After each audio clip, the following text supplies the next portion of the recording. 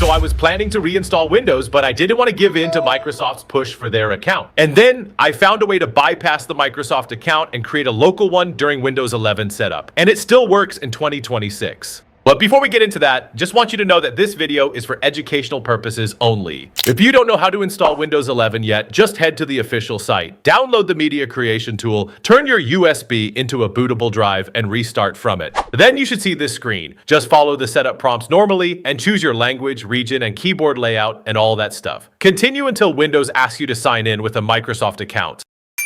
Now, on this Microsoft account sign-in screen, you just need to press Shift and F10 to open the command prompt. Some laptops might also need you to press the Fn key.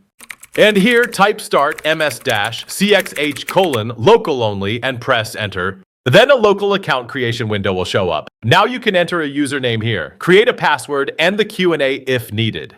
After creating the account, the setup will continue. Just complete the remaining privacy and configuration screens. Windows will finalize the installation and you'll enter the desktop. Open Start menu and see here, your Windows is now using the local account you created. Feel free to leave a comment if you run into any issues.